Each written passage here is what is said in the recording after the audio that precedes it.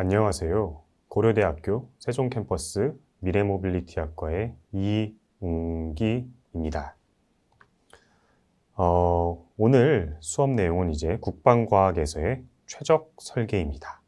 네, 국방과학 요즘 굉장히 핫하죠. 요즘에 우리나라 수출 효자로도 이제 자리매김하고 있는 국방 분야에서 이제 여러분들이 배우고 있는 이 최적 설계가 어떻게 접목이 되고 적용이 될 수 있는지에 대해서 한번 알아보도록 하겠습니다. 우선 들어가기에 앞서 강연자인 제 소개를 간단하게 말씀드리도록 하겠습니다. 제 이름은 일단 아까 말씀드렸다시피 이웅기입니다. 저는 이제 학부, 석사, 박사를 모두 이제 기계공학과에서 공부를 하였습니다. 그래서 대전에 있는 카이스트에서 공부를 하였고요. 제 지도 교수님을 간단히 이제 소개시켜 드리자면은 이제 기계공학과의 이익진 교수님과 그리고 카이스트 모빌리티 대학원의 강남우 교수님의 공동 지도를 받았습니다. 다음으로 제 석사 그리고 박사 졸업 주제에 대해서도 이제 간단히 말씀을 드리겠습니다. 이제 오늘 이 강연의 주제와 굉장히 관련이 깊은 것이죠. 최적 설계가 바로 제 연구 분야였고 제가 그 분야에 대해서 연구를 많이 수행을 하였습니다. 우선 석사 때를 먼저 보겠습니다. 석사 때 졸업 논문의 제목은 시장을 고려한 신뢰성 기반 최적 설계, 전기차 디자인 사례 연구입니다. 여기서 보시면 알 수 있듯이 최적 설계라는 단어가 이렇게 들어가 있습니다. 이 최적 설계라는 게 무엇일까요? 최적 설계는 이제 어려운 게 아니라 여러 가지 옵션들이 주어져 있으면은 그 중에서 가장 좋은 옵션들을 선택하는 게 그것이 바로 최적 설계다라고 이제 생각하시면 될 것 같습니다.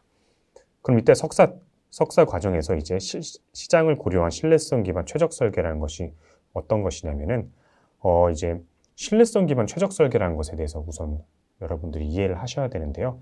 최적 설계는 여러 가지 옵션들 중에서 가장 좋은 옵션을 선택하는 것이다 라고 말씀드렸으면은 이제 신뢰성이라는 말이 앞에 붙었는데 신뢰성이라는 것은 여러분들이 무엇인가 설계를 하거나 만들 때 그 시스템상에 존재하는 여러 가지 불확실성들로 인해서 굉장히 이렇게 변화라든지 변동이 이제 발생을 하게 됩니다.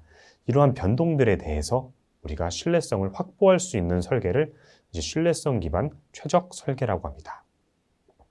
자, 그럼 여기서 앞에서 시장을 고려한 신뢰성 기반 최적 설계라는 말이 있는데 이것이 무엇인지 한번 또 말씀드리도록 하겠습니다. 그 뒤에 보면은 전기차 디자인 사례 연구라고 되어 있는데 이 전기차를 설계를 할 때 우리가 이 신뢰성이라는 것을 우리가 설정을 할 수가 있겠습니다. 여러분들이 이제 어떤 전기차를 만드는 그 엔지니어의 입장이라고 이제 생각을 해보시면은 신뢰성을 굉장히 높게 만들면은 고객들은 굉장히 좋아할 겁니다. 왜냐하면 그 전기차의 신뢰성이 높기 때문에 굉장히 우리가 안심하고 탈 수가 있겠죠. 대신 우리가 만드는 입장에서는 그만큼 코스트, 비용이 많이 올라가게 될 것입니다. 따라서 이러한 코스트와 신뢰성 간에는 뭔가 이렇게 트레이드오프 관계가 존재를 하게 되는데 이런 것들을 고려를 했을 때 이제 고객들이 이 신뢰성에 대해서 어떻게 파악을 하고 어떻게 생각하는지를 고려를 해서 최적의 신뢰성은 몇 %야. 그러니까 이 신뢰성이 맞게 전기차를 설계를 하는 게 좋을 것 같아. 이런 것을 제공해 주는 것을 이제 우리가 시장을 고려한 신뢰성 기반 최적 설계 프레임워크라고 말씀을 드릴 수가 있겠습니다. 네, 벌써 이제 최적 설계에 관해서 이제 다양한 말씀을 드렸었는데 이제 그다음 박사 과정으로 가보면은 이제 제목이 공유형 자율주행 전기차 운영 및 시스템 설계 최적화입니다. 여기서도 보시면은 설계 최적화라는 단어가 들어있죠. 네, 최적 설계와 동일하게 사용이 되는 그런 의미입니다. 그 앞에서 공유형 자율주행 전기차라는 것은 여러분들이 쉽게 생각할 수 있는 이제 공유형이라는 것은 여러분들이 차량 공유 서비스를 생각하시면 되고 자율주행은 여러분들이 잘 알고 계시는 자율주행 차량을 생각하시면 됩니다. 거기에 이제 전기차까지 덧붙인 어떻게 생각하면 이제 공유할 수 있는 자율주행으로 움직이는 전기 택시 정도를 이제 생각하시면 될 것 같습니다. 이러한 공유형 자율주행 전기차를 운영을 할 때도 여러 가지 최적화를 해야 되는 요소들이 많습니다. 이 차량을 몇 대를 운영을 할 것인지, 각각의 차량의 스펙은 어느 정도로 설정을 해야 될 것인지, 또한 충전 인프라 같은 것들을 어디에 몇 군데나 설치해야 될 것인지 이런 것들을 또 다 최적화 대상이라고 말씀드릴 수가 있겠습니다. 이 박사 논문을 자세히 들여다보면 다음과 같이 세 가지 주제로 나눠져 있는데요. 첫 번째는 이제 불확실성하에서의 공유형 자율주행 배터리 전기차 운영 및 시스템 최적화. 제가 앞에 이제 석사 논문에서 말씀드린 신뢰성 기반 최적 설계를 바로 이 공유형 자율주행 전기차 시스템 설계에 적용을 한 경우입니다. 따라서 이 시스템상에 존재하는 다양한 불확실성, 공학적인 불확실성도 있고 운영상의 불확실성도 있는데 이런 것들을 고려를 했을 때 고객들이 불편함을 느끼지 않도록 고객들이 이제 이 서비스를 이용하기 위해 대기하는 시간에 대한 어떤 신뢰성을 확보할 수 있는 시스템 설계 최적화를 수행을 하였고요. 두 번째 주제는 이제 딥러닝 기반 유휴 차량 재배치 전략이 있습니다. 이제 딥러닝이라는 단어가 나왔는데요. 유휴 차량이라는 것은 우선 여러분들이 이런 빈 차라고 생각하시면 될 것 같습니다. 택시들이 보면 이제 빈 차들이 있죠. 이 빈 차들이 그냥 랜덤하게 움직이는 것보다는 미리미리 이제 고객 수요가 발생할 곳을 미리 예측을 해서 그곳으로 사전에 택시들을 보내면은 좀 더 효율적인 그런 운영이 가능하겠죠. 그런 것처럼 이제 딥러닝 모델을 이용해서 이제 무언가 고객 수요 같은 것을 예측을 하고 그곳으로 택시들을 이제 미리 사전에 배치하는 그런 전략을 개발을 하였습니다. 그리고 세 번째 주제는 공유형 자율주행 전기차 시스템 설계, 배터리 전기차 vs 연료전지 전기차입니다. 그래서 이 전기차에는 여러분들이 잘 알고 있다시피 배터리 전기차가 있고 또 하나 연료전지 전기차가 있습니다. 둘의 장단점이 굉장히 분명합니다. 배터리 전기차 같은 경우는 이제 충전하는 데 시간이 좀 오래 걸립니다. 배터리 충전에 시간이 오래 걸리고 그다음에 또 이제 오래 이렇게 주행 거리가 길지가 않습니다. 하지만 연료전지 전기차 같은 경우에는 이제 수소 연료를 주입하는데 굉장히 시간이 적게 걸리고 그다음에 주행 거리가 길 수 있다는 그런 장점이 있습니다. 하지만 이제 연료전지 전기차 같은 경우는 이 충전 인프라, 수소 충전소라고 하죠. 그것을 설치하는데 비용이 굉장히 큰 비용이 들기 때문에 이게 충전 인프라 확보에 좀 어려움이 있다는 이런 서로 간의 장단점들이 있기 때문에 이런 것들을 고려했을 때 우리가 이러한 공유형 자율주행 전기차 시스템에 이 배터리 전기차와 연료전지 전기차를 사용을 하였을 때 각각 어떠한 시스템 설계가 도출이 되고 각각의 장단점이 무엇이며 총 비용은 얼마인지 이런 것들을 비교하는 연구를 수행을 하였습니다. 이런 식으로 여러분들 이제 최적 설계에 대해서 이제 어느 정도 이제 감을 잡으셨을 겁니다. 최적 설계라는 것은 여러 가지 옵션들이 있으면은 걔네들 중에서 우리가 좋은 우리의 목적에 부합하는 가장 좋은 설계를 도출하는 것을 최적 설계라고 합니다. 이처럼 오늘의 주제는 이제 국방과학에 관한 국방과학에서의 최적 설계인데 그 앞서서 이제 최적 설계, 설계 최적화에 대해서 좀 익숙해지는 시간을 갖고 그 다음에 연구 분야들이 어떠한 것들인지 좀 사전에 파악을 하고 그 다음에 본격적으로 국방과학에 대해서 이제 배워보는 그런 시간을 갖도록 하겠습니다. 다음으로 제 경력에 대해서 간단히 말씀드리자면은 저는 박사를 졸업한 후에 한국과학기술원 기계기술연구소에서 이제 포닥이죠. 이제 박사 후 연구원을 이제 몇 개월 정도 하다가 그 다음에 이제 국방과학연구소 지상기술연구원에서 선임연구원으로 1년 정도 근무를 하였습니다. 그래서 이때 국방과학연구소에서 제가 짧은 기간이었지만 굉장히 많은 것을 경험하고 배웠습니다. 그래서 그때 배웠던 것들을 바탕으로 이제 오늘의 강연을 준비를 할 수가 있었습니다. 그 후에는 이제 올해 2024년도 3월에 이제 고려대학교 세종 캠퍼스 미래모빌리티 학과의 조교수로 부임을 하게 되었습니다. 그럼 제 연구 키워드들에 대해서 이제 간단히 말씀드리자면은 처음 옵티미제이션, 최적화, 오늘 배울 주제죠. 최적화가 있고요. 그 다음에 또 reliability, 신뢰성, 그리고 요즘 핫한 artificial intelligence, 인공지능, 그리고 mobility, design 이렇게 5가지로 키워드들을 뽑아볼 수가 있겠습니다. 자, 그래서 이 최적화, 옵티미제이션에 대해서 또 한번 제대로 설명을 한번 드려보겠습니다. 자, 아래 그림에서 보시면은 지금 이 그림을 말씀드리고 있습니다. 지금 눈을 가린 사람이 눈을 가리고 있어요. 앞이 안 보이는 사람이 어떤 펜스 내에서 머무르면서 이제 저기 산 꼭대기까지 이제 가려고 합니다. 이렇게 되면 이 사람은 앞이 안 보이기 때문에 어디가 위고 어디가 아래인지 알 수가 없습니다. 따라서 이 사람은 한 발자국 한 발자국 디뎌가면서 이쪽은 위로 가는 방향이네, 이쪽은 내려가는 방향이네 이런 것을 파악을 한 후에 위를 향해서 이제 이동을 해야 할 것입니다. 대신 이 펜스 안에서 머물러야 됩니다. 이 펜스는 뭔가 우리가 만족해야 되는 조건들을 의미를 합니다.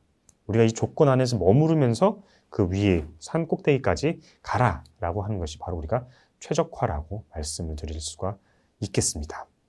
그 오른쪽 그림에서 보시면은 산에서 산 꼭대기에서 산 맨 밑에 있는 골짜기까지 이제 어떠한 방식으로 우리가 최적화가 수행이 되어서 밑에까지 도달할 수 있는지 이런 것을 그림으로 나타낸 것입니다. 자, 그러면 최적화가 어떤 것인지 배웠으니까 이제 설계 최적화, 디자인 옵티미제이션은 어떤 것인지 또 한번 알아보도록 하겠습니다. 디자인, 설계라고 하는 것은 우리가 뭔가 만드는 것을 의미를 하죠. 우리가 옆에서 지금 오른쪽 그림에서 보시면 브라켓 디자인 옵티미제이션에 대한 예제가 주어져 있습니다. 이 브라켓은 이 벽에 이렇게 아마 여기 못으로 박아질 거예요. 이렇게 벽에 고정돼서 어떤 하중을 버티는 그런 역할을 하는 구조물입니다.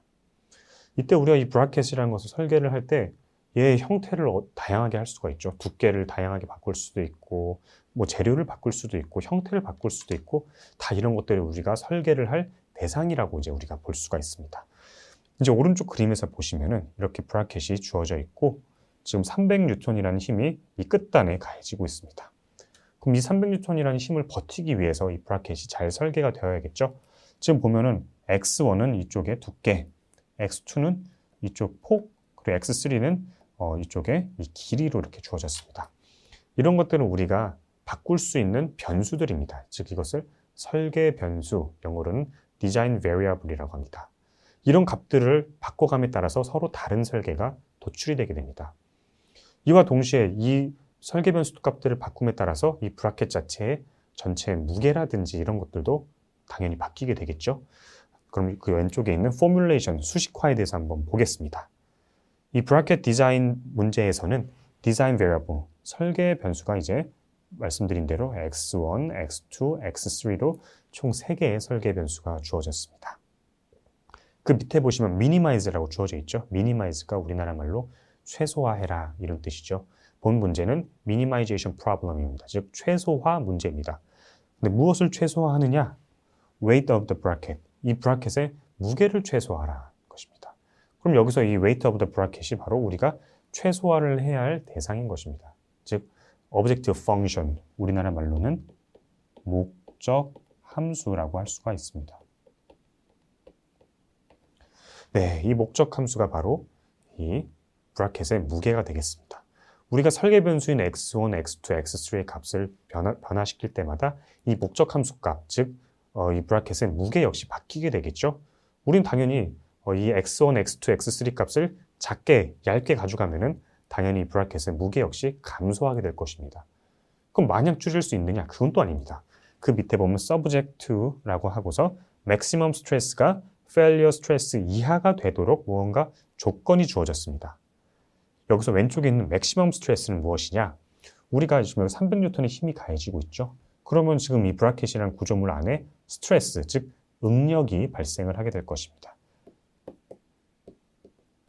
응력이 발생을 하는데 이것이 failure stress, failure는 뭔가 파괴 또는 파단이 일어나는 것을 말하는데 이 300N의 힘이 가해졌을 때 파단 또는 파괴가 일어나지 않을 정도의 스트레스가 발생하도록 이 x1, x2, x3 값을 정해라. 이것이 바로 최적화 문제라고 볼 수 있습니다.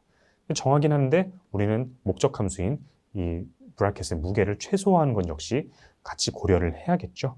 네, 그래서 여기서 지금 이 스트레스에 대해서 이렇게 주어진 조건을 우리가 constraint function, 즉 제한 조건이라고 이제 볼 수가 있습니다.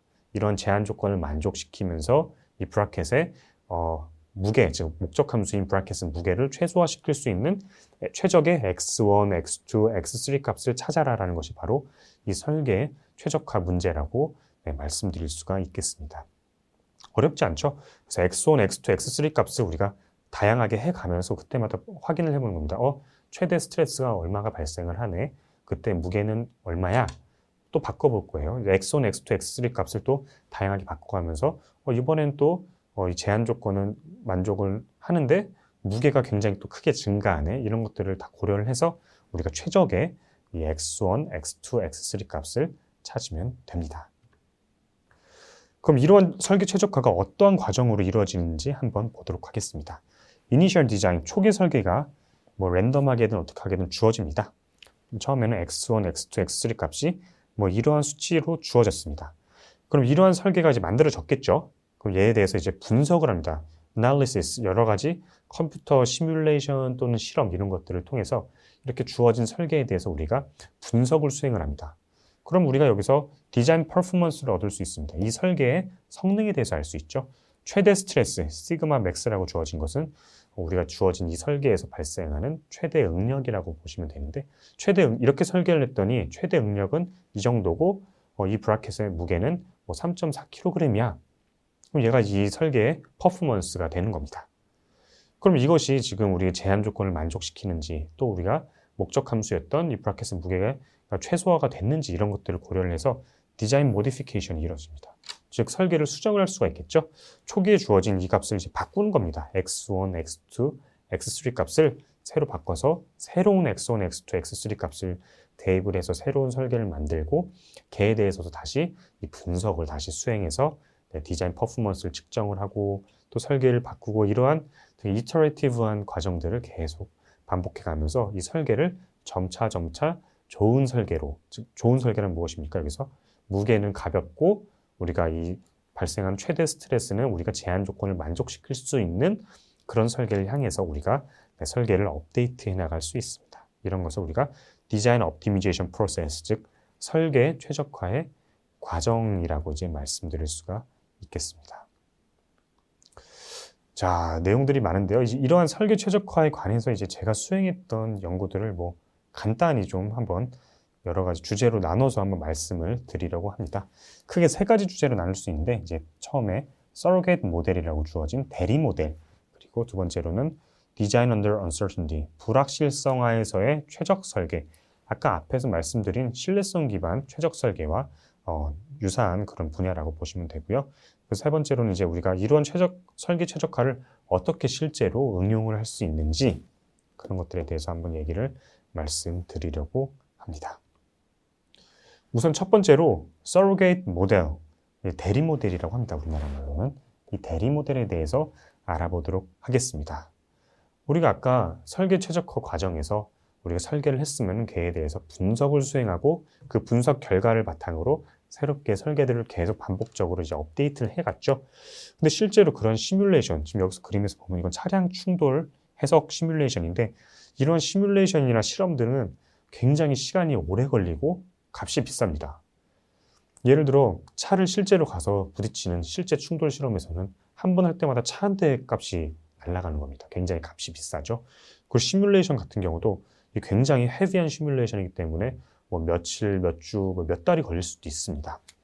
따라서 이 최적화는 굉장히 여러 번의 이런 해석과 실험들을 이제 요구를 하는데 매번 이렇게 할 수가 없습니다. 시간적으로도 비용적으로도요. 그래서 이러한 값비싼 실험 또는 시간이 오래 걸리는 시뮬레이션을 대신할 수 있는 그런 어떤 수치적인 모델을 바로 이 서로게이트 모델이라고 합니다. 네. 그래서 우리가 실제로 몇몇 개만 대표적으로 뽑아서 걔네들에 대해서만 실험을 하거나 시뮬레이션을 하면은 걔네들의 결과를 가지고 우리가 수치적인 모델, 예측 모델을 만들 수가 있습니다. 이제 이거 오른쪽 그림에서 보시면은 뭔가 인풋과 아웃풋을 트레이닝한다. 네, 뭔가 우리가 지금 잘 알고 있는 뭐 딥러닝이나 이런 것과 일맥상통하는 부분입니다. 이런 식으로 하면 우리가 실제로 이런 실험이나 시뮬레이션을 하지 않아도 우리가 안 해본 것에 대해서도 결과를 예측을 할 수가 있습니다. 이 대리 모델을 바탕으로. 이 대리 모델이 굉장히 유용하죠. 그래서 이 설계 최적화에는 이 대리 모델이 반드시 필요하다라고 이제 볼 수가 있습니다. 이 서로게이트 모델, 대리 모델은 여러 가지 종류들이 있는데요. 대표적으로 유명한 뭐 크리깅이라는 것도 있고, Artificial Neural Network, 여러분들이 잘 아시는 ANN, 뭐 인공신경망 이런 것도 있고, SVM이라고 하죠. Soft Vector Machine, 뭐 Regression, 뭐 다양한 방법들이 있습니다. 네, 그래서 이렇게 서로게이트 모델, 대리 모델이 아까 전에 우리가 설계 최적화 과정에서 이렇게 사용이 되는 것이죠. 처음 설계가 주어지면 이것에 대해서 분석을 한다고 말씀드렸죠.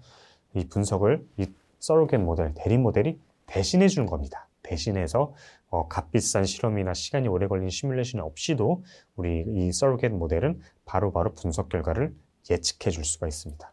이렇게 되면은 이 최적화 과정이, 설계 최적화 과정이 굉장히 부담이 적어지고 순식간에 아주 빠르게 최적 설계를 도출할 수가 있게 될 것입니다. 자, 이러한 서로겟 모델, 대리 모델에서 또 여러 가지 연구들이 있는데 한번 간단히 몇 가지만 한번 살펴보고 가겠습니다. 우선 첫 번째로 인공신경망 앙상블이라는 것이 있습니다. Artificial Neural Network라고 이제 영어로는 불리는데, 이 인공신경망 여러분들 잘 알고 계시죠? 요즘 굉장히 여러분들 과목에서도 많이들 이렇게 거쳐가는 그런 부분일 텐데, 이 인공신경망이라는 것은 이렇게 그림에서 보시면 인풋이 주어지고 그에 대한 아웃풋이 있으면은 우리가 인풋이 아웃풋을 잘 매치시킬 수 있도록 그 안에 들어있는 여러 가지 웨이트들이 지금 여기 부여가 되어 있습니다. 웨이트.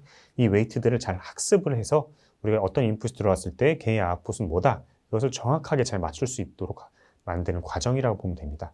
근데 이 학습 과정에서 이 웨이트들이 굉장히 다양한 조합이 생성이 될 수가 있어요. 그래서 매번 학습을 할 때마다 굉장히 새로운 형태, 굉장히 다른 형태의 이 인공신경망이 도출이 될 수 있기 때문에 얘네들을 여러 가지 인공신경망 모델들을 만들어서 걔네들을 앙상블이 바로 이렇게 음악에서 보면 여러 가지 악기들을 한꺼번에 합치는 것을 앙상블이라고 하죠. 그래서 이 인공신경망 모델들을 한데 합쳐서 더 이 예측 정확성을 더 향상시키는 그런 방안이라고 보시면 될 것 같습니다. 자, 그 다음으로 이제 멀티피델리티 서로겟 모델이라는 분야가 있습니다. 다중정확도 대리 모델인데요. 이 피델리티라는 것은 좀 정확도 이런 걸로 이해하시면 될 것 같습니다. 이 피델리티가 무엇이냐? 여러분들이 이제 뭔가 실험을 하시면은 실험 결과는 굉장히 우리가 믿을만 합니다. reliable 하죠. 실험 결과는 굉장히 믿을만 하지만 우리가 이 실험을 모사한 시뮬레이션 결과가 있습니다. 시뮬레이션 결과는 실험 결과와는 또 조금씩 차이가 있겠죠. 조금 뭐 그 안에 우리가 이제 예상치 못한 오차들도 발생을 하고 실험적인 어떤 불확실성 이런 것들이 고려가 되기 때문에 이 시뮬레이션은 아무래도 실험 정도의 이 정확도를 따라가지 못합니다. 대신 이 시뮬레이션은 굉장히 여러 번 비용 없이 우리가 할 수 있다는 건 장점이 있죠. 여기서 로우 피델리티 데이터는 시뮬레이션 데이터를 생각하시면 될 것 같습니다. 하이 피델리티 데이터는 우리가 얻기 힘든 값비싼 그런 실험 데이터라고 보시면 될 것 같습니다. 이렇게 되면 우리가 로우 피델리티 데이터, 우리가 여러 가지 시뮬레이션 결과들을 바탕으로 우리가 어떤 트렌드나 또 추세 이런 것들을 예측을 하고, 그 다음에 플러스 우리가 실험 결과와 같은 이런 하이 피델리티 데이터를 바탕으로 좀 결과를 보정을 해서 우리가 실험을 이렇게 하이 피델리티 데이터가 적게 사용이 되어도 굉장히 정확한 예측을 할 수 있는 그런 대리 모델을 만드는 것을 우리가 멀티 피델리티, 즉 여러 가지 피델리티가 결합된 모델이다, 이렇게 이해하시면 될 것 같습니다. 자, 그 다음으로 이제 또 다른 토픽이죠. Design under uncertainty, 불확실성하에서의 최적 설계에 대한 내용을 다뤄보도록 하겠습니다. 아까 초장에 잠깐 이렇게 말씀을 드렸었는데, 우리가 설계를 할 때 시스템상에는 우리가 예상치 못한 굉장히 다양한 불확실성들이 존재를 합니다. 지금 왼쪽 아래 그림을 보시면은 여러 가지 material property, 재료의 물성치에도 굉장히 불확실성이 많이 존재합니다. 예를 들어 얘의 밀도가 얼마야 라고 주어졌지만 실제로 측정을 해보면은 밀도가 굉장히 다양하게 분포를 띠게 됩니다. 뭐 정규 분포를 띌 수도 있고 뭐 다양한 분포를 띌 수 있는데 분포를 띠게 됩니다. 그 다음에 뭐 여러 가지 형상의 이제 그 안에서도 뭐 길이가 뭐 몇 미터라고 만들었지만 실제로 재보면 거기도 오차가 굉장히 많을 거고요. 그 다음에 또 operating condition, 우리가 작동하는 환경에도 예상치 못한 뭐 온도라든지 습도, 기압 여러 가지 불확실성들이 존재하고, 그다음에 뭐 가해지는 힘도 applied forces, 가해지는 힘이죠. 가해지는 힘에도 불확실성이 존재하기 때문에 이런 불확실성들로 인해서 지금 오른쪽 그림에서 보시면은 다리가 붕괴되었습니다. 뭐 처음에야 설계를 잘 했겠죠. 근데 여기서 우리가 예상치 못한 여러 가지 불확실성들 때문에, 예를 들어 위에 너무 과다한 무게가 실렸다든지 아니면은 어느 부분이 이제 파괴가 일어났다든지 이런 것들로 인해서 이런 다리가 무너지는 현상, 아니면 오른쪽은 지금 눈의 무게를 이기지 못하고 구조물이 무너졌는데, 이런 것들이 다 이제 불확실성들로 인해서 일어날 수 있는 어떤 그런 재앙이라고 이제 볼 수가 있습니다. 그래서 이런 것들을 막기 위해서 이러한 시스템상에 존재하는 불확실성들을 정확히 파악을 하고 통계적으로 이제 파악을 할 수가 있겠죠. 그래서 얘네들이 무슨 분포를 띠는지 이런 것들을 바탕으로 우리가 이런 것들을 고려를 해서 더 안전하게 신뢰성이 높은, 불확실성이 아무리 존재해도 뭐 버틸 수 있어, 이런 설계를 도출할 수가 있겠습니다. 자, 그러면은 이러한 설계 과정이 어떻게 되냐면은 처음에 이게 설계가 주어졌으면 이때 여러 가지 이 시스템상에 존재하는 불확실성들에 대해서 최대한 파악을 해야 됩니다. 정확히. 네, 그래서 input uncertainty, 그 안에 존재하는 불확실성들을 이제 우리가 고려를 하면은 이 불확실성들에 대해서 분석을 할 수가 있습니다. 이런 불확실성이 분포를 띠게 되는데, 그렇게 되면은 이 설계의 퍼포먼스 역시 이제 분포로 형태로 나타나게 됩니다. 얘가 예를 들어서 여기서 발생하는 최대 응력 역시 이런 분포 형태로 띠게 됩니다. 이때 이렇게 분포 형태로 나왔을 때 이게 우리가 failure, 파괴가 발생하는 정도, 그것을 이제 최대한 줄일 수 있으면 우리가 신뢰성을 높이는 그런 설계라고 볼 수가 있겠죠. 어쨌든 이러한 불확실성 하에서의 최적 설계는 이러한 불확실성들을 고려를 해서 설계들을 업데이트를 할 때 이러한 불확실성에 더 잘 대응할 수 있고 잘 버틸 수 있는 그런 설계를, 신뢰성이 높은 설계를 도출할 수가 있게 됩니다. 자, 그러면은 이 불확실성에서 최적 설계 중 첫 번째 토픽으로 신뢰성 기반 최적 설계에 대한 내용을 다뤄보겠습니다. 영어로는 이제 Reliability Based Design Optimization이라고 부르고, 신뢰성 기반 최적 설계, 영어로는 줄여서 RBDO라고 부릅니다. 왼쪽 아래 그림 보시면은 디자인 포인트, 설계점이 하나가 주어졌습니다. 여러분들이 뭔가 하나, 아까 뭐 브라켓처럼 뭔가 하나를 만들었어요. 설계를 했지만 그 안에 존재하는 여러 가지 불확실성들로 인해서 굉장히 그 자그마한 점들이 많이 찍혀 있죠. 이런 점들과 같은 이 설계의 퍼포먼스가 발생을 하게 됩니다. 여기서 보시면은 대부분은 이제 safe region, 안전한 영역에 위치해서 이제 안전한 설계이지만, 이 많은 퍼포먼스들 중 일부분은 이 failure region, 파괴가 발생하는 곳에 위치해서 파괴가 발생을 하곤 합니다. 이때 이 파괴 확률, probability of failure라고 하는 이 파괴 확률은 어떻게 계산이 되냐? 전체 이 해석 결과들 중 이 수많은 점들이 다 하나하나가 해석 결과들입니다. 이 해석 결과들 중에서 이 파괴 영역에 위치해서 파괴가 발생하는 것들의 비율로 계산이 됩니다. 이 거꾸로의 개념이 바로 reliability, 신뢰성인데요. 이 파괴 확률에 써드릴게요. 파괴 확률, probability of failure의 반대 확률은 신뢰성입니다. 신뢰성은 1에서 이 파괴 확률을 뺀 값으로 계산이 됩니다. 예를 들어 파괴 확률이 1%다. 이렇게 하면은 신뢰성은 전체 100%에서 1%를 뺀 99% 신뢰성이 계산으로 계산이 됩니다. 이런 식으로 파괴 확률과 신뢰성은 서로 반대의 개념을 가지고 있고요. 그러면 이 신뢰성 기반 최적 설계라는 것은 무엇이냐? 그 오른쪽 그림을 통해 설명을 드리겠습니다. 초기 설계가 이렇게 주어졌어요. 이렇게 주어졌고, 지금 보면은 이 회색 바운더리는 제한 조건입니다. 저 제한 조건 안에서 우리가 머물러야지 안전하다고 볼 수가 있어요. 여기를 벗어나면은 이제 파괴나 실패가 발생을 합니다.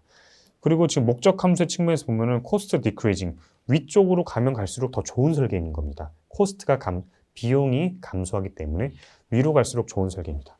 일반적인 최적 설계를 수행을 했을 때 가장 좋은 지점은 어딜까요? 네, 이 회색 바운더리 안에 머무르면서 가장 위쪽인 지점이겠죠? 바로 이 빨간색으로 칠해져 있는 이 지점입니다. 하지만 이때 시스템상에 존재하는 여러 가지 불확실성들을 고려를 해보면은 그 주변에 있는 빨간색 작은 점들 있죠? 이 빨간색 작은 점들과 같은 해석 결과들이 발생을 합니다. 이 해석 결과들을 보시면은 굉장히 많은 부분이 이 회색 바운더리 바깥에 위치하는 것을 알 수 있습니다. 즉 굉장히 많은 부분에서 이제 파괴 또는 실패가 발생한다는 것이죠. 그래서 따라서 이 최적 설계점은 신뢰성이 낮다고 말씀드릴 수가 있습니다. 이것이 바로 일반적인 최적 설계점, 즉 Deterministic Optimization Design이라고 할 수 있습니다. 불확실성을 고려하지 않았을 때는 이렇게 신뢰성이 낮은 설계가 도출이 됩니다. 그럼 이때 신뢰성을 높이기 위해서는 어떻게 해야 될까요? 이 빨간색 점을 아래로 살짝 이동시킨 파란색 점, 코스트 측면에서 봤을 때는 위로 갈수록 코스트가 낮아졌잖아요. 근데 살짝 밑으로 설계점이 내려왔기 때문에 코스트 측면에서는 손해가 있습니다. 코스트가 좀 증가하겠죠. 하지만 그 해석 결과들, 자그마한 파란색 점들을 보면은 대부분이 이 제한 조건 바운더리 안에 위치해서 신뢰성이 굉장히 높다는 것을 알 수가 있습니다. 이처럼 신뢰성 기반 최적 설계는 조금 더 보수적인 설계를 이제 하게 되는데요. 이를 통해서 우리가 통계적으로 굉장히 신뢰성이 높은 그런 설계를 도출할 수가 있겠습니다. 이러한 신뢰성 기반 최적 설계 안에서도 뭐 몇 가지 토픽을 한번 뭐 간단히 말씀드리자면은 인공신경망, 우리 뉴럴 네트워크를 이용을 해서 이 신뢰성 분석을 수행을 할 수 있는 그런 방법인데, 이 신뢰성 분석이라는 것은 앞에서 봤듯이 이 해석 결과들이 굉장히 많이 필요합니다. 여러 번 해석을 해봐야지 우리가 신뢰성을 측정을 할 수가 있는데, 그 과정 자체가 굉장히 시간이 오래 걸리고 어렵기 때문에 우리가 굉장히 적은 수의 해석 결과들만을 가지고도 정확하게 신뢰성을 예측할 수 있는 어떤 인공신경망 모델을 만드는 그런 방법이 있습니다. 두 번째는 제가 석사 때 했던 그런 연구 주제와 같은데요. 이제 우리가 전기차를 설계를 할 때, 자, 그러면 신뢰성 중요한 건 알겠는데, 그럼 신뢰성을 몇 %로 해야 돼? 어떤 신뢰성이 가장 좋은 거냐? 신뢰성이 높을수록 좋은 건가? 뭐 이런 질문을 할 수가 있는데, 따라서 최적의 신뢰성을 결정하기 위해서 우리가 이 고객들, 이 전기차를 만든다고 했을 때 고객들이 이 전기차의 신뢰성을 어떻게 파악하고 어떻게 인지하는지를 고려를 해서 이제 고객들이 굉장히 뭐 만족을 할 만한 그런 신뢰성을 우리가 이제 제시를 해줄 수 있다. 그런 프레임워크라고 이해를 하시면 될 것 같습니다. 신뢰성이 높아지면은 비용이 높아지고 대신 고객들의 만족도가 높아지기 때문에 시장 점유율 역시 높아질 수가 있습니다. 반대로 신뢰성이 낮아지면은 차를 대충 만들면 되니까 이제 비용은 당연히 줄어들겠죠. 대신 고객들이 안 사겠죠, 그 차를. 네, 이러한 이제 트레이드오프 관계가 있기 때문에 이런 것들을 고려를 해서 과연 최적의 신뢰성은 몇 프로인가, 이런 것들을 이제 결정하는 연구가 있습니다. 자, 그 다음도 이제 뭐 빠르게 보고 넘어갈 건데, 가중치 신뢰성 기반 최적 설계라는 것은, 그래, 이 파괴나 실패가 일어나는 걸 이제 잘 이해를 하셨을 거예요. 근데 그 파괴나 실패 정도에도 차이가 있습니다. 어떤 것은 굉장히 경미한 파괴가 있는 반면 어떤 것은 완파가 되어가지고 굉장히 큰 인명피해를 초래하는 이런 그런 파괴가 있습니다. 이런 파괴들의 경중을 따져서 이 신뢰성 기반 최적 설계를 수행하는 그런 연구도 있었고요. 그 다음 강건 최적 설계는 이런 시스템상에 존재하는 불확실성들에 대해서 더 로버스트하게, 강건하게 버틸 수 있는, 이렇게 아무리 그 시스템상의 불확실성이 존재해도 그 디자인 퍼포먼스의 이 베리에이션, 변동폭은 작게 유지시킬 수 있는 그런 설계를 도출하는 것을 이제 강건 최적 설계라고 합니다. 자, 이렇게 바쁘게 이제 디자인 언더 언서튼티까지 이제 다뤄봤고요. 그 다음으로 이런 최적 설계들이 어떻게 적용될 수 있는지, 최적 설계 실제 응용에 대해서 한번 또 말씀드리겠습니다. 앞서서 공유형 자율주행 전기차 시스템 설계에 대해서 말씀드렸습니다. 제 이제 박사 때 이런 연구를 했었다, 이렇게 말씀드렸었는데요. 이 공유형 자율주행 전기차는 이제 말씀드린 대로 차량 공유 서비스, vehicle sharing 서비스와 그다음에 autonomous driving technology, 자율주행 기술, 그리고 electrified vehicle, 전기차를 이제 합친 개념으로 자율주행 전기차 로봇 택시라고 이제 이해를 하시면 될 것 같습니다. 그래서 이용하는 것은 뭐 기존의 택시와 유사하고요. 이때 이 시스템 상에서도 굉장히 많은 불확실성들이 존재합니다. 아래 표에서 보시면은 전기차 배터리 셀에서 굉장히 많은 불확실성이 존재하고, 그 다음에 이 택시를 탑승하는 고객들이 뭐 어디서 타는지, 몇 시에 타는지, 이런 것들에도 불확실성이 존재해서 고객들은 이 서비스를 이용하기 위해서 굉장히 대기하는 시간이 굉장히 variation, 변동폭이 크게 발생하게 됩니다. 이 고객들이 대기하는 시간에 변동폭이 커지면은 이용하는 고객들이 굉장히 불편하겠죠. 따라서 이런 고객들의 대기 시간에 대해서 신뢰성을 확보할 수 있는 이런 시스템 설계를 제안하는 그런 프레임워크를 개발을 하였습니다. 다음 두 번째도 아까 앞서서 살짝 말씀드렸는데, 딥러닝을 이용해서 이 빈차, 즉 유휴 차량을 과연 어디로 사전에 보낼지 재배치에 대한 연구를 수행을 했고요. 여기서 보시면은 이제 딥러닝 모델을 이용해서 고객들의 수요가 몇 날 몇 시 어디에서 몇 % 확률로 발생한다는 것을 예측을 할 수가 있습니다. 그럼 그 예측 데이터를 바탕으로 고객들이 많이 수요가 있을 곳으로 예측되는 부분에 이제 차들을 많이 보냅니다. 또 거기까지 떨어져 있는 거리, 현재 차량에서 해당 수요지까지의 거리와 그리고 그 근방에 이제 몰려 있는 여러 다른 기타 택시들의 수요, 공급, 이런 것들까지 다 고려를 해서 최적의 유휴 차량 재배치를 수행을 하였습니다. 그다음 이것도 아까 앞서 말씀드린 건데, 전기차와 연료전지 전기차를 이제 공유형 자율주행 전기차 시스템에 적용을 하였을 때 과연 어떠한 결과가 나오는지, 이런 것들을 비교한 연구를 하였고요. 그다음 세 번째로, 그다음 마지막으로 이제 배터리 퇴화를 고려한 공유형 자율주행 전기차 시스템 설계에 대한 연구를 하였습니다. 이 전기차를 사용하면 가장 큰 이슈가 바로 배터리 디그레데이션, 배터리 퇴화 현상입니다. 이 배터리 퇴화가 무엇이냐? 여러분들 핸드폰도 많이 그런 경험을 해보셨을 텐데, 처음에는 핸드폰 배터리가 오래 가다가 나중에 많이 쓰면 많이 쓸수록 핸드폰이 금방 꺼집니다. 즉 배터리의 용량이 감소를 한 것인데요. 이런 것을 배터리 퇴화 현상이라고 합니다.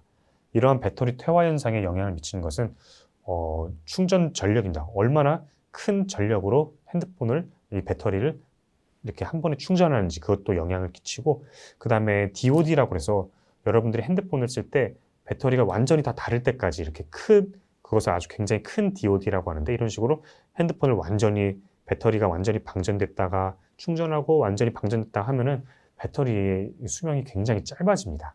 그래서 이러한 충전 전력과 그 다음에 DOD, Depth of Discharge라고 하는 이 방전 용량, 얘네들을 바탕으로 과연 얘네들을 어떻게 우리가 운영을 해야지 우리가 가장 잘 운영을 하는 것일까, 이런 것을 이제 연구를 수행을 하였습니다. 그러니까 배터리 퇴화를 줄일 수 있는 운영 방안이 무엇인가에 대한 연구를 수행을 하였습니다.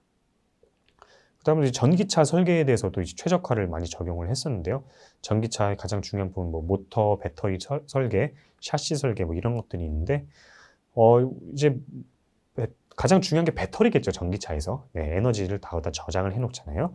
배터리 보면은 배터리 셀 단위, 가장 안에는 배터리 셀이 있고, 걔네들이 모여서 모듈이 되고, 배터리 팩이 되고, 이런 식으로 굉장히 단계적으로 이렇게 구성이 되어 있습니다. 얘네들 안에서도 각각 최적화를 해야 될 대상들, 설계 변수들이 굉장히 많습니다. 하지만 얘네들을 한 번에 이렇게 최적화를 하려면은 굉장히 설계 변수들도 많고 문제가 복잡해지기 때문에 최적화가 잘 안 될 가능성이 높습니다. 따라서 이런 것들을 각각 레벨별로 분류를 해서 각 레벨별로 최적화를 각각 수행한 다음에 서로 이 최적화 결과를 공유하면서 최적 설계를 업데이트해 가는 그런 방법론이 있는데, 바로 Analytical Target Cascading, 영어로 ATC라고 부르는 방법이 있습니다. 이 방법을 적용을 해서 이 전기차의 배터리 셀에서부터 배터리 모듈, 팩, 그리고 모터 설계, 이런 것까지 싹 다 한 번에 하는 그런 최적 설계를 수행을 또 하였습니다. 그 다음으로 또 배터리 이제 모듈 구조 설계에도 최적 설계를 적용을 했었는데, 배터리 셀 같은 경우는 이제 호흡을 합니다. 얘가 부풀기도 하고 줄어들기도 합니다. 그래서 이런 것들을 고려를 했을 때 굉장히 다양한 불확실성들이 존재를 해요. 얘가 배터리가 많이 부풀 수도 있고 적게 부풀 수도 있고, 어쨌든 이 배터리 셀들을 감싸고 있는 이 케이싱이 있습니다. 알루미늄이라든지 이런 걸로 되어 있는 케이싱이 이 배터리 셀의 이 호흡을 잘 버틸 수 있도록, 시간이 지날수록 이 호흡이 점점 커지게 되는데, 이런 것들을 잘 버틸 수 있도록 이런 불확실성들을 고려를 해서 신뢰성이 높은 배터리 모듈 구조를 최적 설계를 수행을 하기도 하였습니다. 네, 이런 식으로 해서 이 설계 최적화, 이 디자인 옵티미제이션에 대한 어떤 개괄적인 그런 내용들을 쭉 다뤄봤습니다. 벌써 이 정도만 들으셔도 여러분들은 이 설계 최적화가 어떤 식으로 이루어지고 있고, 어떤 곳에 응용이 되며 어떠한 과정을 통해서 이루어지는지 이제 이해를 하실 수가 있겠습니다. 자, 이제 그럼 본격적으로 이제 오늘의 주제죠. 국방과학에서의 최적 설계가 과연 어떤 식으로 응용이 되고 있는지에 대해서 한번 살펴보도록 하겠습니다. 우선 제가 국방과학연구소, 영어로는 Agency for Defense Development, 줄여서 ADD라고 불리는 이런 연구소에 있었습니다. 거기서도 이제 지상기술연구원 1부 1팀이라는 곳에 있었는데요. 이 연구소의 규모가 굉장히 큽니다. 총 인원이 3,000명이 넘습니다. 굉장히 큰 규모고요. 지금 저는 지상기술연구원에 있었는데, 이 큰 틀에서 봤을 때 크게 세 가지 연구원으로 구성이 됩니다. 지상기술연구원, 이것은 이제 지상무기체계, 이제 탱크라든지 이런 것들을 다루는 그런 지상무기들을 다루는 곳이고, 그 다음에 또 미사일연구원이 있습니다. 가장 큰 규모의 미사일연구원은 우리나라 이제 미사일, 여러분들 뉴스에서 많이들 보시죠? 이런 미사일에 관련된 그런 기술들을 연구하는 곳이고요. 그 다음에 항공원은 이제 비행기라든지 이런 쪽, 전투기 이런 쪽으로 이제 연구하는 그런 연구원으로 나눠져 있습니다. 크게 이렇게 세 가지로 구분이 되어 있고, 저는 그 중에서 지상무기를 담당하는 지상기술연구원에 있었습니다. 저희 팀의 이름은 장갑실험연구 실험실이었습니다.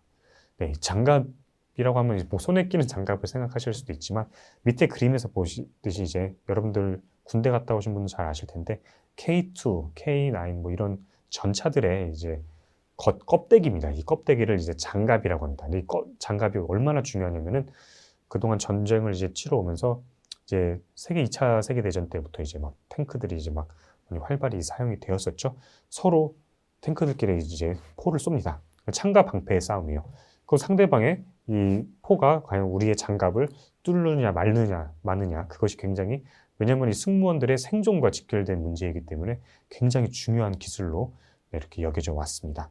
서로 이제 포의 성능도 올라가면 그에 따라서 장갑의 성능도 계속 개선이 되어 왔습니다. 이런 식으로 창과 방패의 싸움을 하면서 현재까지 되게 그 개발의 맥락을 이어왔습니다.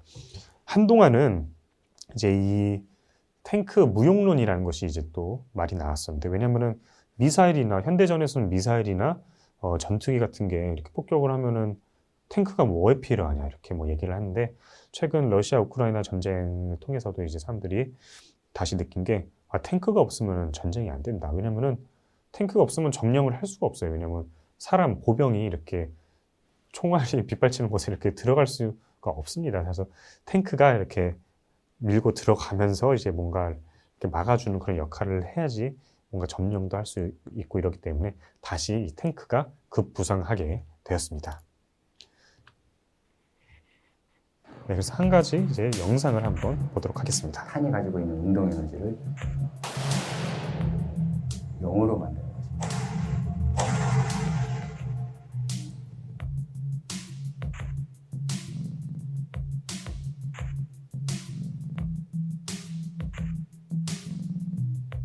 색이 반응 물질이 되겠습니다. 저는 국방과학연구소 책임연구원 구마입니다.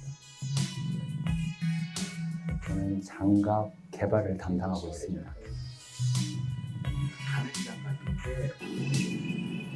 장갑을 말씀드리기 전에 좀 더 확대된 범위로 방호라는 탄을 맞았을 때 인명이나 장비를 보호한다는 너무 당연한 의미가 포함되어 있지만은 탄을 맞기 전에 무력화시킨다든가 적을 선제 공격을 해서 아예 공격을 하지 못한다든가, 반면에 장갑이라는 것은 탄이 맞고 난 이후에 한정됩니다. 그래서 장갑이라는 것은 탄을 맞았을 때 인명이라든가 장비를 보호하는 도구이다, 이렇게 말씀을 드릴 수가 있겠습니다. 사실 장갑의 궁극적인 목적은 탄이 더 이상 뚫지 못하게, 이제 자기한테 들어오지 못하게 저지하는 역할을 하는 것입니다. 이러기 위해서는 도탄, 즉 비껴 맞아서 탄이 다른 데로 튕겨나가는 그러한 경우를 제외하고는 일단 탄이 가지고 있는 운동 에너지를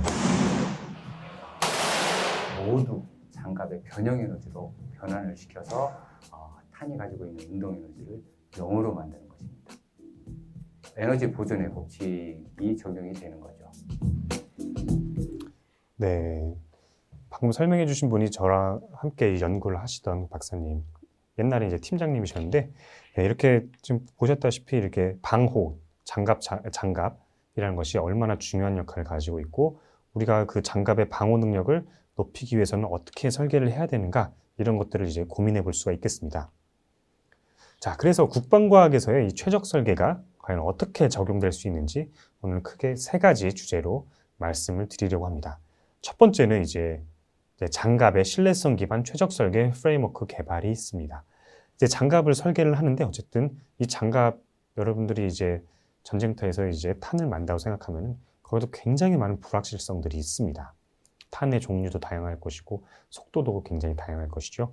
이런 것들을 맞았을 때 우리가 뚫리지 않도록 신뢰성이 높은 그런 장갑 설계를 하는 게 중요하겠죠. 근데 물론 두껍게 만들면 두껍게 만들수록 당연히 신뢰성이 높아지겠지만, 우리가 이 장갑에서 또 중요한 것이 무게입니다. 무게가 무거우면 기동력이 떨어지기 때문에 무게는 최대한 줄이면서 우리가 신뢰성은 높일 수 있는 그런 설계를 도출하는 것이 중요하다고 볼 수가 있겠습니다.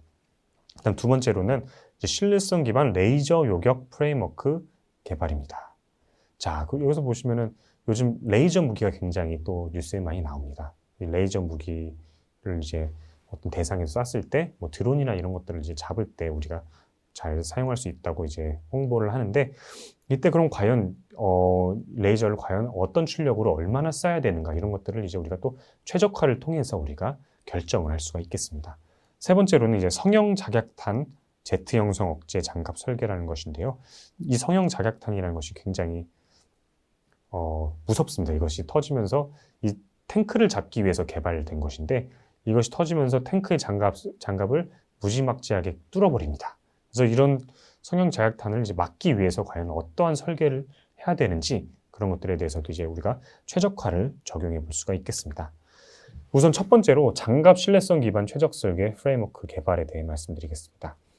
우선 시스템상에 존재하는 다양한 불확실성들을 정량화를 해야 됩니다. 파악을 한 후에 예를 들어 탄의 속도라든지 장갑의 두께에도 불확실성이 존재하고 장갑의 강도 이런 데도 이런 식으로 분포 형태로 불확실성들이 존재를 합니다. 그 다음에 이제 설계 변수를 디자인 베리어블들을 결정을 해야겠죠. 장갑의 재료는 무엇을 쓸 것인지, 두께는 어떻게 할 것인지, 그 안에 내부 구조는 어떤 식으로 배열할 것인지 이런 것들을 우리가 설계 변수로 결정을 할 수가 있습니다. 그럼 이제 수식화를 봤을 때 목적 함수로는 우리가 비용 또는 무게를 최소화하면서 제한 조건으로는 이 장갑의 신뢰성을 확보할 수 있도록 이런 식으로 수식화가 될 수가 있겠습니다. 근데 이때 이런 것들을 이제 설계를 할 때 우리가 굉장히 많은 앞서 이제 영상에서 보셨다시피 실험이라든지 시뮬레이션들을 해야 되는데 이런 것들이 굉장히 값이 비싸고 시간이 오래 걸리기 때문에 아까 말씀드렸던 서로게이트 모델, 대리 모델을 사용을 하게 됩니다. 제가 연구소에 있을 때는 이제 인공신경망이라는 이제 대리 모델을 사용을 했었고요. 이것을 통해서 우리가 실험이나 시뮬레이션 없이도 우리가 최적 설계를 신뢰성 기반 최적 설계를 원활하게 수행할 수 있게 하였습니다. 이런 식으로 대리 모델, 인공신경망을 바탕으로 대리 모델을 만든 후에는 우리가 최적화를 수행을 해서 비용 또는 무게를 최소화하는 동시에 우리가 목표하는 신뢰성을 만족시키는 그런 아주 신뢰성이 높은 장갑 설계를 도출할 수가 있었습니다. 이렇게 최적 설계를 이제 수행하면서 대리 모델을 많이 사용한다고 말씀드렸는데 이 대리 모델을 만드는 데 있어서도 얼마나 이 대리 모델이 정확하느냐 이것도 굉장히 중요한 문제입니다. 대리 모델이 정확해야 최적 설계 결과 역시 굉장히 우리가 원하는 대로 정확한 결과가 나오기 때문에 이러한 대리 모델을 정확하고 또 효율적으로 만들기 위해서 어떻게 하면 더 적은 수의 샘플만을 가지고도 정확하게 우리가 대리 모델을 만들까? 그래서 그런 여러 가지 효율적인 샘플링 기법도 이제 개발을 하였습니다. 자, 그다음 두 번째로 이제 신뢰성 기반 레이저 요격 프레임워크 개발에 대해서 한번 알아보도록 하겠습니다. 다음은 레이저 대공 무기 블록 1의 개요인데요. 보면 지금 사이즈가 굉장히 큽니다. 이 레이저 무기라는 게 컨테이너 박스만 해요. 이 컨테이너 박스만한 게 이제 사거리가 대략 2에서 3km 정도 되고 우리가 날고 있는 그 드론이라든지 이런 소형 무인기들을 이제 격추시킬 수 있는 그런 능력을 가지고 있습니다. 하지만 실제로 이 레이저 실험을 해보면은 굉장히 초점도 잘 안 맞고 대기의 영향을 많이 받습니다. 습도라든지 날씨라든지 이런 것들이 굉장히 여러 영향을 많이 받기 때문에 우리가 레이저를 쏠 때 출력을 어느 정도로 어떤 시간만큼 조사를 해야 되는지 이것이 굉장히 중요하다고 볼 수 있습니다. 우선 언론 자료를 통해서 이 레이저 무기가 어떤 것인지 한번 보도록 하겠습니다. 영화 스타워즈에선 광선을 쏘면서 전투를 하고 적도 격추시키죠. 이제 영화가 현실이 됐습니다. 북한 무인기를 잡는 레이저 대공 무기가 양산을 시작했거든요. 올해 전방부대부터 실전 배치된다고 하는데 한 번 발사에 드는 비용은 단돈 2,000원이라고 합니다. 한국형 스타워즈 첫 프로젝트 권영범 기자가 소개해드리겠습니다. 적의 드론이 우리 영공에 진입하자 영화 속 광선검을 연상시키는 레이저를 발사해 하나씩 격추합니다. 올해 우리 군의 실전 배치를 앞두고 양산에 들어간 레이저 대공 무기입니다. 드론의 궤적을 따라 레이저를 10에서 20초 정도 발사해 700도 이상의 열로 드론을 태워버리는 방식입니다. 소음이 발생하지 않고 탄약 없이 전기만으로 운용할 수 있는데 1회당 발사 비용은 2,000원에 불과합니다. 사거리는 2에서 3km 정도로 북한 소형 무인기의 운용 고도와 유사합니다. 전방부대에 우선적으로 배치가 돼서 이런 식으로 레이저 무기가 굉장히 팬시해 보이죠. 한 발에 2,000원밖에 안 한다고 하는데 실제로는 뭐 그렇지는 않을 거라고 예상이 됩니다. 굉장히 좀 추가적인 부대 비용들이 많이 발생하기 때문에 그 정도로 싸지는 않을 것으로 예상을 하고 있고요. 넘어오는 궤적 네, 그래서 이런 레이저 무기가 이제 이렇게 쿨링 시스템, 냉각기가 필요합니다. 열이 많이 발생하기 때문에. 그리고 이제 레이저 소스에서 레이저를 발생을 시켜서 우리가 렌즈를 통해서 집약을 해서 어떤 타겟에 이제 이렇게 발사를 하게 됩니다. 근데 이때 실제로 실험을 해보면은 굉장히 아까 불확실성이 많다고 말씀을 드렸는데, 아래 표에서 같이 레이저 파워, 레이저 출력 역시 우리가 뭐 10kW로 쏴라 이렇게 명령을 해도 굉장히 거의 흔들림이 발생을 합니다. 9kW가 나올 때도 있고 뭐 11kW가 나올 때도 있고 그게 불안정하기 때문에 여기도 불확실성이 존재를 하고요. 그 다음에 이 대상, 우리가 요격하고자 하는 대상의 이 레이저 흡수율도 굉장히 다양하고 여러 가지 이런 물리적인 요소들의 불확실성들이 존재하기 때문에 이런 것들을 고려를 해서 우리가 어느 정도의 출력으로 몇 초를 조사를 해야 된다, 이런 것들을 제시를 할 수가 있어야 됩니다.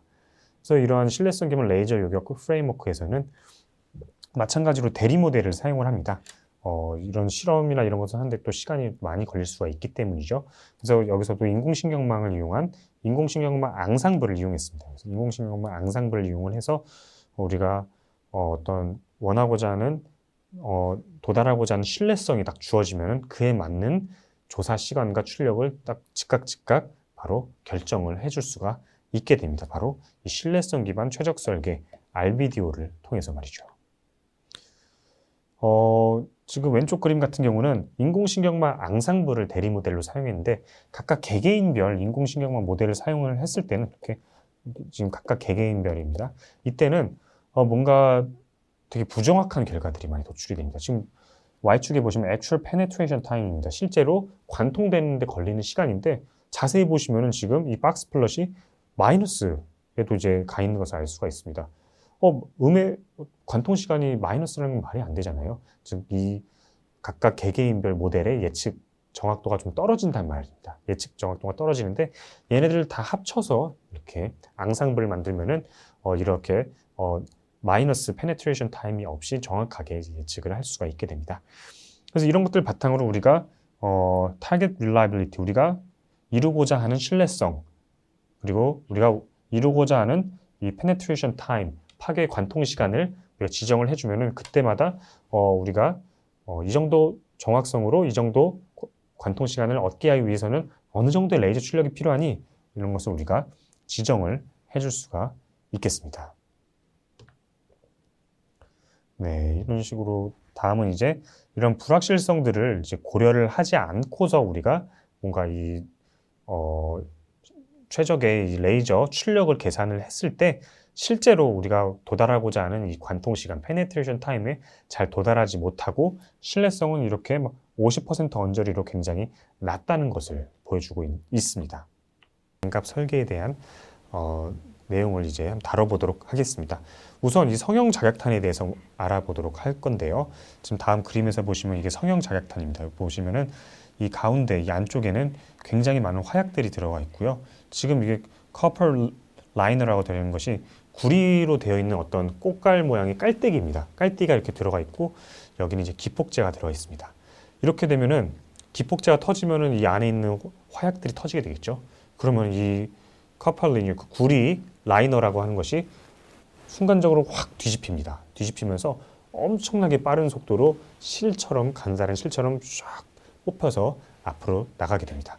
근데 이때 뽑아져 나가는 이 구리의 속도가 굉장히 빠르기 때문에 운동 에너지가 엄청나게 큽니다. 상상을 초월할 정도로 그 속도가 빨라서 이런 우리가 장갑을 설계를 했을 때 모든 장갑들을 거의 다 뚫어버립니다. 네. 다음 그림으로 이제 설명을 드릴게요. 이 시뮬레이션 해석을 한 결과인데 이게 지금 파란색으로 된 게 아까 말씀드린 구리 모양의 깔때기입니다. 이것이 이제 폭발이 시작되면은 순간적으로 뒤집힙니다. 이런 식으로 뒤집힙니다. 뒤집히면서 가느다란 구리 실이 쫙 뽑혀서 나가게 됩니다. 근데 지금 이 단위를 보면 마이크로 세컨드로 되어 있죠. 굉장히 빠른 시간 안에 굉장히 빠르게 쫙 뽑혀 나갑니다. 이때 얘의 속도가 거의 초속 8km에 달합니다. 엄청난 속도죠. 그래서 운동 에너지가 엄청나게 크기 때문에 그 순간적으로 이 강철판들을 다 뚫어버립니다. 이제 오른쪽 그림을 보시면은 강철판을 실제로 이 성형 자격탄이 어떻게 뚫어버린지를 알 수가 있죠. 네, 굉장히 그 파괴력이 막강합니다. 이거를 이제 막기가 이게 개발이 됐더니 막기가 힘들었습니다. 이거를 이게 주로 이제 위에서 떨어뜨립니다. 위에서 얘가 빙글빙글 돌다가 탱크의 또 상부가 굉장히 취약한 부분인데 거기에 떨어지면은 이 상부 장갑을 전부 다 뚫어서 이제 많은 인명 피해를 일으키곤 하였습니다. 그래서 이러한 성형 자격탄을 막기 위해서 어떤 것을 했느냐? 바로 다음과 같이 굉장히 어떻게 보면 간단한 구조인데요. 이 성형 자격탄이 속도가 빨라지는 그런 원리가 다시 한번 말씀드리면 여기서 Z가 형성이 됩니다. Z 형성. 성형 자격탄이 뽑힐 때는 엄청난 Z가 형성되면서 순간적으로 속도가 엄청나게 빠른 속도가 나오게 되는데 이 Z를 형성하지 못하게 막으면 되겠다라는 아이디어에서 다음과 같이 Z 형성을 억제하는 장갑을 설계를 했습니다. 굉장히 간단합니다. 러버 스틸 그레인인데 구리봉입니다. 구리봉. 네, 구리봉을 가지고 이제 이 성형자격탄이 이렇게 떨어지면서 그 구리봉이 이 성형자격탄 내부로 이렇게 들어가게 되면은 뭐 성형자격탄이 터져도 그 안에서 Z가 형성이 안 됩니다.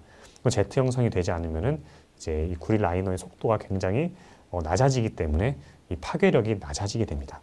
Z 포메이션이 많이 저하가 된다 이렇게 말씀드릴 수가 있겠습니다.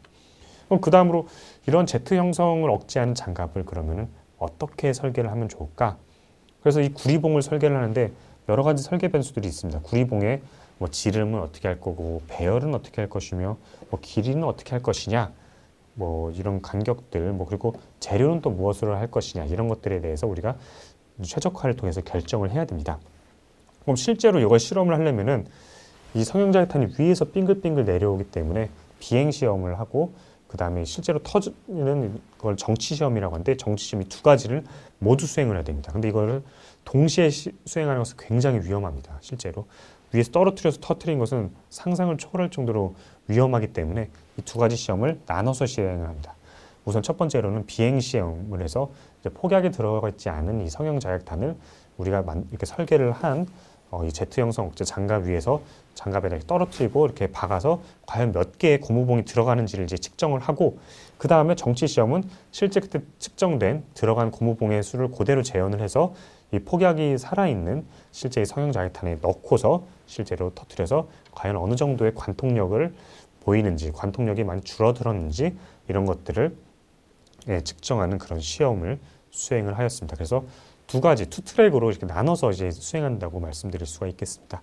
결국 이 최적화 같은 경우는 우리가 이렇게 설계 변수가 지금 5가지가 있었죠. 이 고무봉의 두께, 길이, 이 배열, 아니면 재료 이런 것들을 다양하게 했을 때 과연 어떤 조합이 우리 관통을 가장 적게 할 수 있는 방어력을 증가시킬 수 있는 설계인지를 찾아내는 것입니다. 이때 이 설계를 할 때 굉장히 시험이나 시뮬레이션을 하는 것이 굉장히 제한적이기 때문에 마찬가지로 대리 모델을 또 사용을 하게 됩니다. 그래서 인공신경망 대리 모델을 이용을 해서 우리가 이렇게 시험을 통해서 얻은 이런 결과들을 바탕으로 최적화를 수행을 했습니다. 이를 통해서 우리가 관통 깊이 조건이 있습니다. 몇 센티미터 이상은 관통되지 않게 설계를 하시오. 그래서 이런 관통 깊이 조건을 만족시키면서 이 무게는 또 최소화시킬 수 있는 경량화가 된 그런 최적의 이 Z 형성 억제 장갑의 설계를 도출을 하였습니다. 네, 이런 식으로 이제 저희가 국방과학 분야에서 이 최적 설계가 어떻게 사용될 수 있는지 이제 살펴보았습니다. 그동안 어떻게 보면 굉장히 주먹구구식으로 많이 국방과학 분야에서 설계가 이루어져 왔는데 이런 식으로 과학적으로 최적 설계가 적용되면서 굉장히 많은 부분이 개선이 되고 더 성능 역시 좋아지고 있습니다. 그 다음으로 이제 향후에 이 국방과학과 관련돼서 최적화가 어떻게 적용될 수 있는지 그 연구 분야에 대해서 한번 또 알아보도록 하겠습니다. 요즘 핫한 게 또 드론이죠. 드론과 AI가 빠질 수가 없습니다. 이렇기 때문에 드론을 이용한 연구들을 이제 많이 이렇게 계속 진행이 되고 있는데 처음은 이제 드론 베이스드 프로텍션입니다. 드론을 바탕으로 드론이 공격도 하지만 드론이 방어용으로도 많이 사용이 될 수가 있습니다. 그래서 이런 탱크나 장갑 얘네들을 보호하기 위해서 우리가 이 드론들을 운용을 할 수가 있는데요. 이때 과연 최적의 운용 조건은 무엇인가? 얘네들을 몇 대나 운용을 해야 되고 과연 각각 드론들의 스펙은 어떻게 돼야 되며 어떠한 방식으로 우리가 이 아군들을 보호할 수 있는 그런 프로텍트 시스템을 구축을 할 것인지에도 이제 최적화가 많이 사용이 될 수가 있습니다. 그 다음으로는 이제 안티 레이저 드론인데 아까 이제 레이저 무기에 대해서 말씀드렸는데 이제 레이저 무기가 이제 적군이 이제 우리 드론에 쏘게 되면은 이걸 어떻게 막을 수 있는지에 대해서도 여러 가지 최적화 요소가 들어갈 수가 있습니다. 예를 들어서 소재는 어떤 걸로 해야 되고, 예를 들어 요즘 드론에 카본 파이버가 많이 사용이 되는데 얘 같은 경우는 레이저를 실제로 쏴보면은 잘 뚫리지가 않습니다. 그래서 이 재료를 무엇으로 할 것이고 두께는 어느 정도로 하며 과연 어떤 부분을 카본 파이버로 두를 것인지 이런 것들에 대해서도 다 최적화가 수행이 될 수가 있겠습니다. 자, 그 다음 드론 킬러 드론입니다. 요즘 전쟁터에서 보면은 드론이 굉장히 활약을 많이 합니다. 드론이 없어서는 안 될 그런 무기 체계로 떠오르고 있는데 이 드론을 막기 위한 그런 체계 역시 굉장히 중요하다고 볼 수가 있습니다. 그래서 드론은 드론으로 막아야 되는 그런 상황이 올 수도 있어서 과연 우리의 드론을 어떻게 운용을 하고 어떤 식으로 이렇게 경호를 해야지 우리가 상대방 적국의 드론들을 효과적으로 막을 수 있는지 역시 우리가 최적화 등을 이제 적용을 하면서 이런 것들을 이제 접목을 시켜볼 수가 있겠습니다. 예를 들어서 드론을 운영하는 고도 같은 것도 우리가 고도 뭐 100m, 200m까지 운용을 하겠다 이런 것도 어떻게 보면은 설계 변수 중 하나라고 볼 수가 있습니다. 상대방 드론들이 오면은 걔네들이 어느 정도 고도로 날아올 텐데 걔네들을 우리가 어느 정도 고도 상에서 우리가 서로 이렇게 경비를 서면서 상대방의 드론을 탐지를 하고 탐지가 되었다 그러면은 직접 가서 상대방 적국의 드론을 무력화시킨다든지 아니면 뭐 여러 가지 방법으로 우리의 아군을 보호할 수 있는 그런 체계 시스템을 구축을 해볼 수가 있겠습니다. 그 다음으로는 또 이제 드론 어택은 이제 굉장히 요즘 러시아 우크라이나 전쟁에서 많이 사용이 되고 있는 부분이죠. 실제로 영상을 보면은 이 드론을 갖다가 원격으로 조정을 합니다. 이제 여러 드론 조종사들이 원격으로 조종을 하면서 카메라를 보면서 이제 목표물을 이렇게 쫓아갑니다. 쫓아가서 뭐 마음은 아프지만 뭐 상대방 적군의 기지에다 막 폭탄을 떨어뜨리기도 하고 뭐 감시를 하기도 하고 정찰을 하기도 하고 뭐 이런 일들을 수행을 하는데 이런 드론들의 이제 취약점은 이제 여러 가지 통신이나 이런 것들을 제밍을 하면은 멀리서 이제 운용을 하기가 힘들다는 그런 문제가 있는데 이 드론 자체 뭔가 자율주행을 이제 학습을 시키면은 우리가 뭐 강화학습이라고 하죠. reinforcement learning을 통해서 스스로가 지능을 갖고 드론 스스로가 목적지를 향해서 외부에서의 어떤 이런 통신이나 이런 거 없이 스스로 가서 임무를 수행하고 정찰을 하고 이런 것을 할 수가 있으면은 굉장히 또 위협적인 요인이 될 수 있기 때문에 여기서도 이제 여러 가지 학습, reinforcement learning에서도 이제 우리가 여러 가지 최적화를 이제 적용을 해볼 수가 있습니다.